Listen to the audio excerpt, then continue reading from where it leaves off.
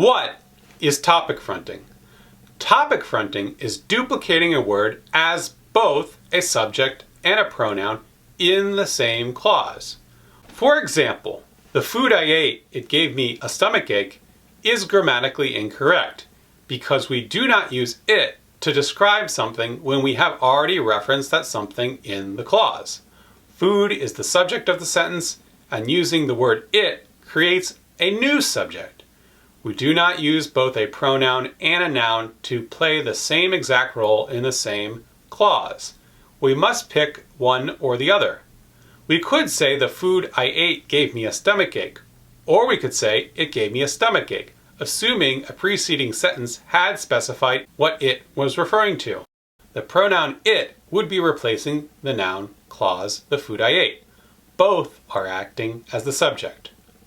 Another example of topic fronting is the sentence, the police officer, he was convicted of murder.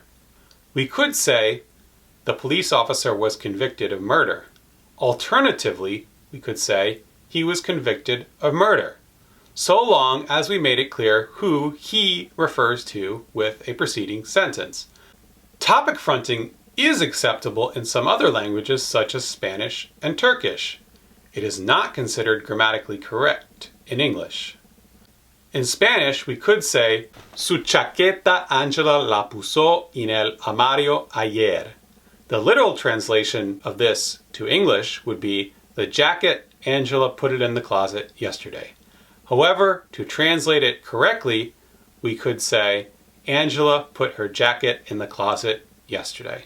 Subscribe to Coburn Classroom and be on the lookout for new videos.